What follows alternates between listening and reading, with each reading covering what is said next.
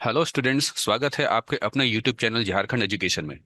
Students, इस video में हम लोग कंस्ट्रक्टर एंड डिस्ट्रक्टर चैप्टर का लेक्चर नंबर 2 देखेंगे। लेक्चर नंबर 1 में हमने कंस्ट्रक्टर क्या होता था वो पढ़ा था, कंस्ट्रक्टर का एक छोटा सा प्रोग्राम देखा था और कंस्ट्रक्टर के क्या फीचर्स होते थे वो हमने देखा था। साथ ही साथ हमने पढ़ा था कंस्ट्रक्टर्स के टाइप्स, जिसमें से हमने जाना था कि कंस्ट्रक्टर के 3 टाइप्स होते हैं: डिफॉल्ट कंस्ट्रक्टर, पैरामीटराइज कंस्ट्रक्टर और कॉपी कंस्ट्रक्टर। डिफॉल्ट कंस्ट्रक्टर क्या होता था वो भी हमने कवर कर लिया था।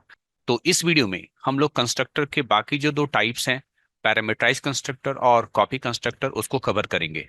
What is parameterize constructor? Parameterize constructor function क्या होते हैं? इन सी प्लस प्लस में parameterize constructor is a type of constructor that can accept arguments.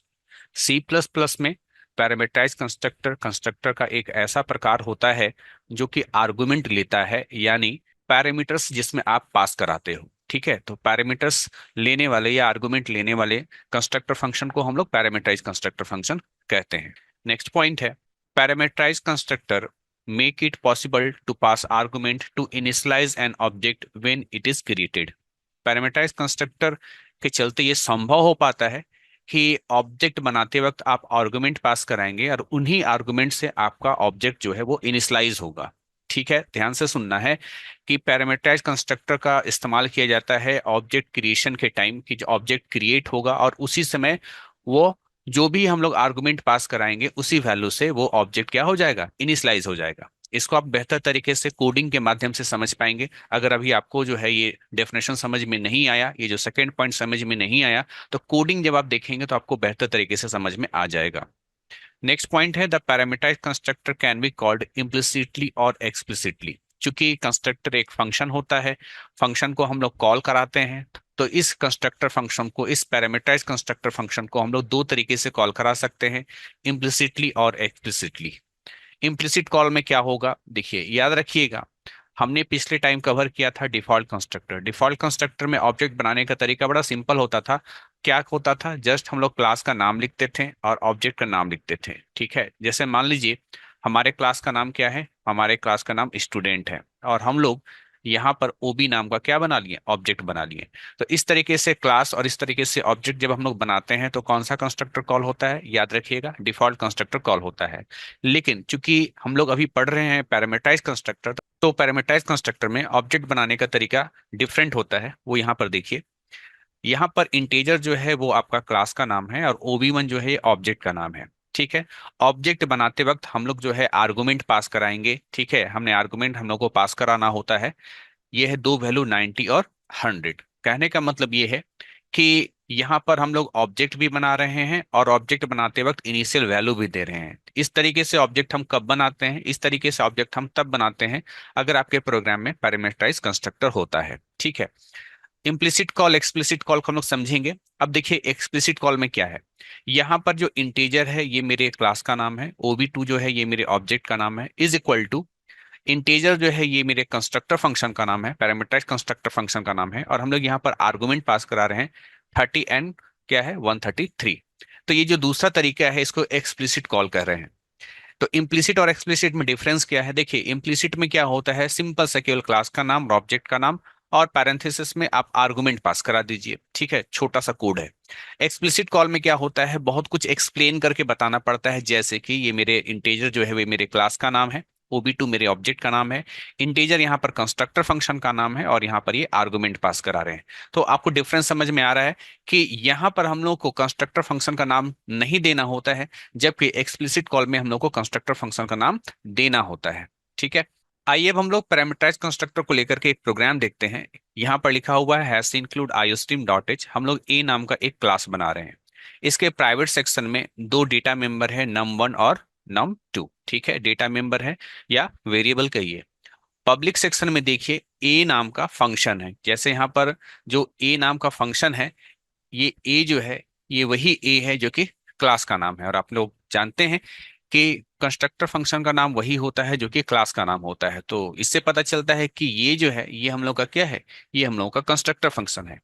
अब आप यहाँ पर देख रहे हैं कि ए एक कंस्ट्रक्टर फंक्शन है, लेकिन सेम टाइम में हम लोग यहाँ पर 2 आर्गुमेंट पास करा रहे हैं, इंटीजर टाइप का n1 और इंटीजर टाइप का n2। ठीक है, 2 आर्गुमेंट पास करा रहे हैं। ये फंक्शन कंस्ट्रक्टर फंक्शन क्या करेगा, तो इस n1 के माध्यम से हम num1 में वैल्यू स्टोर करवा रहे हैं और n2 के माध्यम से num2 में हम लोग वैल्यू स्टोर करवा रहे हैं। ठीक है, तो num1 और num2 जो मेरा दो डेटा मेंबर था, उसको क्रमशः n1 के वैल्यू से और n2 के वैल्यू से क्या कर रहे हैं, इनिशियलाइज करवा रहे हैं। ये काम कहाँ हो रहा है, इस कंस्ट्रक्टर फंक्शन के अंदर हो रहा है। ठीक है, तो आगे बढ़े। यहाँ पर डिस्प्ले जो है ये मेरा मेंबर फंक्शन है, इसका काम क्या है, तो इस फंक्शन के बॉडी में आपका लिखा हुआ है cout num1 is equal to num1, num1 का वैल्यू प्रिंट करेगा। फिर है cout num2 is equal to num2, num2 का वैल्यू प्रिंट करेगा। ठीक है, तो num1 की जगह पर जो वैल्यू होगा वो प्रिंट करेगा, num2 की जगह पर जो वैल्यू हम लोग देंगे वो प्रिंट करेगा। तो यहाँ पर देखिए क्लास का डेफिनेशन क्या होता है, बंद होता है। तो इसको एक बार फिर से समझ लीजिए। आपके इस ए नाम के क्लास के अंदर दो प्राइवेट डेटा मेंबर है num1 एंड num2। इन दोनों को इनिशियलाइज करने के लिए हमारे पास जो है ए नाम का पैरामीटराइज कंस्ट्रक्टर फंक्शन है। इसमें जो पैरामीटर हम पास करा रहे हैं n1 और n2, इसी से ही आपका जो है ये num1 और num2 देखिए क्या हो रहा है, इनिशियलाइज हो पा रहा है। ठीक है, तो कंस्ट्रक्टर फंक्शन के जरिए हम लोग क्लास के डेटा मेंबर को इनिशियलाइज कर रहे हैं। इसके अलावा डिस्प्ले नाम का फंक्शन है जिसका काम सिंपली ये होगा कि ये जो num1 है और ये जो num2 है उसके वैल्यू को क्या करना, प्रिंट करके दिखलाना। आगे जो है ये मेरा मेन फंक्शन है, यहाँ पर ए मेरे क्लास का नाम है और ओबीजे मेरा ऑब्जेक्ट का नाम है, और सेम टाइम हम लोग इसको जो है इनिशियल वैल्यू दे रहे हैं 3 और 8। आप जानते हैं जैसे ही हम लोग क्लास का ऑब्जेक्ट बनाते हैं वैसे ही कंस्ट्रक्टर फंक्शन कॉल होता है। तो कंस्ट्रक्टर फंक्शन कॉल होगा, आप यहाँ पर आएंगे, यहाँ पर आएंगे कहाँ, इस कंस्ट्रक्टर फंक्शन के पास।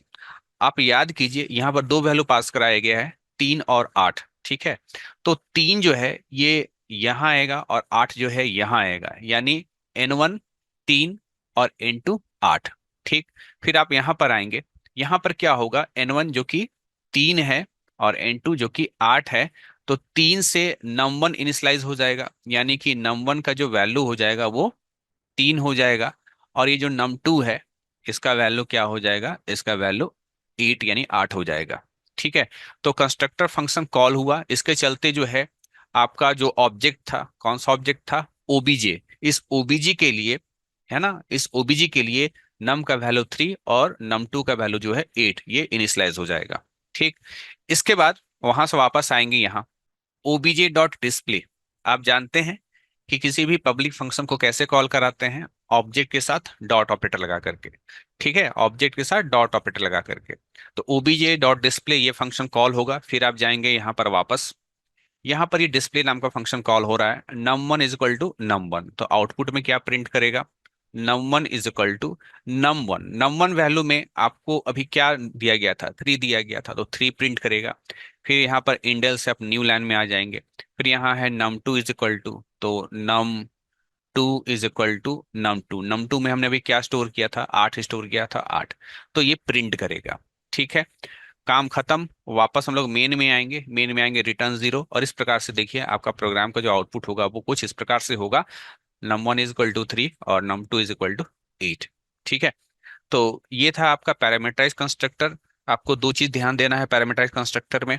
पहला ये कि जो भी पैरामीटराइज कंस्ट्रक्टर कंस्ट्रक्टर होगा उसमें हम लोग को आर्गुमेंट पास कराना होता है, उसी आर्गुमेंट से आपका उस क्लास का डेटा मेंबर इनिशियलाइज होता है। ठीक है, और आपको ऑब्जेक्ट बनाते वक्त ध्यान देना होता है क्लास का नाम, ऑब्जेक्ट का नाम, और फिर पैरेंथेसिस में आर्गुमेंट पास आपको कराना होता है। ये जरूरी होता है किस केस में, पैरामीटराइज कंस्ट्रक्टर के केस में। नेक्स्ट हमारा टॉपिक है what is copy constructor in C plus plus. C plus plus में कॉपी कंस्ट्रक्टर क्या होता है। A copy constructor is a type of constructor that initializes an object using another object of the same class. ठीक है, यानी हम लोग कोई ऑब्जेक्ट बनाएंगे, है ना, कोई ऑब्जेक्ट बनाएंगे, मान लीजिए OB1 नाम का।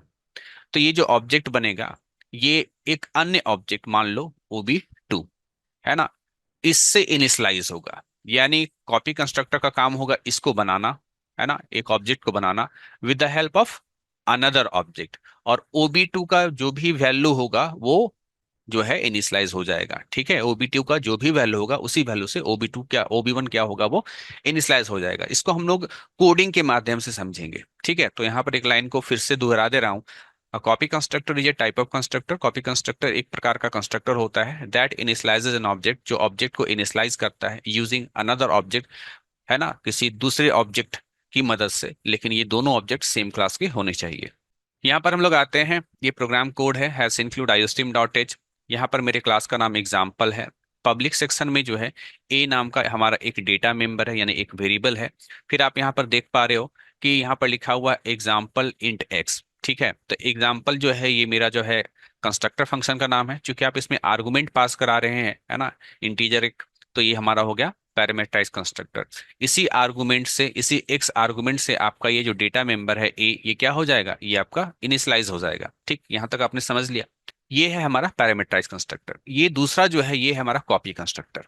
तो पैरामीटराइज कंस्ट्रक्टर और कॉपी कंस्ट्रक्टर को कैसे फर्क समझेंगे, कैसे कोड को देख करके समझ पाएंगे कि वो पैरामीटराइज है या वो कॉपी कंस्ट्रक्टर है? सिंपल सा है।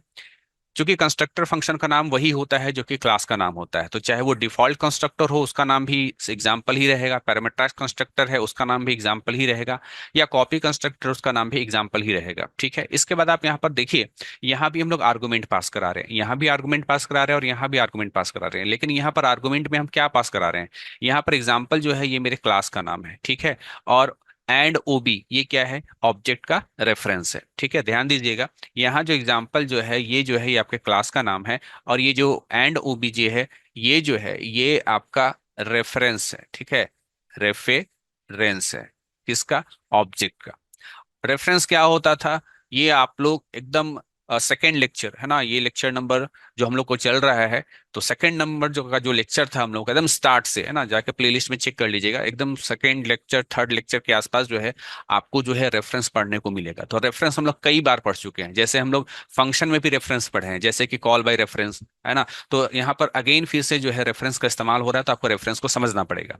तो जो लोग रेफरेंस नहीं समझ पा रहे हैं उनकी आसानी के लिए मैं यहाँ पर समझा दूं रेफरेंस का मतलब। देखिए, मान लीजिए हमारे पास एक वेरिएबल है इंट एक्स, है ना, इसमें हमने 20 स्टोर किया। डायग्राम में यहाँ पर देख लीजिए, एक्स एक वेरिएबल है जिसमें हमने क्या स्टोर किया? 20 स्टोर किया। अगर मैं यहाँ पर ये लिखूं कि int Y is equal to X, तो इसका मतलब ये समझा जाएगा कि हम लोग वाई नाम का एक और वेरिएबल बना रहे हैं और उसमें क्या कर रहे हैं? एक्स का वैल्यू को कॉपी कर रहे हैं। तो एक्स का वैल्यू क्या हो गया? कॉपी हो गया। इस सिचुएशन में एक्स और वाई दो अलग अलग वेरिएबल हैं, है ना, इस सिचुएशन में एक्स और वाई दो अलग अलग वेरिएबल है। लेकिन जैसे ही मैं यहाँ पर एक कुछ फेरबदल करता हूँ, क्या फेरबदल कर रहा हूँ? यहाँ हम लोग जो है एम्परजेंट साइन लगा देते हैं, एम्परजेंट एक्स। केवल इतना लिख देने से क्या हो जाएगा ना, हमारा वाई जो है अब वेरिएबल नहीं रहा। अब वाई हमारा वेरिएबल नहीं रहा, तो वाई क्या हो गया? वाई एक्स का रेफरेंस बन गया। ठीक है, वाई जो है वो एक्स का रेफरेंस बन गया। इसका मतलब क्या हुआ? इसका मतलब ये हो गया कि एक्स का ही अनदर नाम क्या हो गया? वाई हो गया, है ना। रेफरेंस का मतलब हो गया, यहाँ पर एक्स का रेफरेंस कौन है? वाई है, तो वाई क्या होगा? एक्स का अनदर नाम हो गया। दैट मीन्स अगर कोई एक्स का वैल्यू प्रिंट कराना चाहे, जैसे मैं यहाँ लिखूं सी आउट एक्स, ठीक है, या अगर मैं यहाँ पर लिखूं सी आउट वाई, दोनों एक ही ऑब्जेक्ट है, एक्स भी वही है वाई भी वही है ना, एक्स का ही अनदर नाम क्या है? वाई है। तो एक्स का वैल्यू भी जो है 20 प्रिंट करेगा, और जो वाई है उसका वैल्यू भी क्या करेगा? 20 प्रिंट करेगा। तो यही हमारा क्या है? रेफरेंस है। तो यहाँ पर हम लोग किसी इंटीजर वेरिएबल का हमने यहाँ पर रेफरेंस बनाया था, लेकिन यहाँ पर हम लोग किसी ऑब्जेक्ट का रेफरेंस बनाने वाले हैं। ठीक है, ऑब्जेक्ट का रेफरेंस कौन से क्लास का है? इसी एग्जाम्पल क्लास का कोई ऑब्जेक्ट रहेगा, उसका रेफरेंस हम लोग यहाँ पर बना रहे हैं। इस चीज को आपको यहाँ पर समझना था। तो याद रखिएगा, कॉपी कंस्ट्रक्टर को कैसे पहचानते हैं? कॉपी कंस्ट्रक्टर में क्या होता है कि आर्गुमेंट के रूप में, है ना, आर्गुमेंट के रूप में हम लोग ऑब्जेक्ट का रेफरेंस पास कराते हैं। नाउ अब इसके फंक्शन के बॉडी में देखिए क्या है। फंक्शन के बॉडी में बेसिकली यहाँ पर लिखा हुआ a is equal to OB dot A.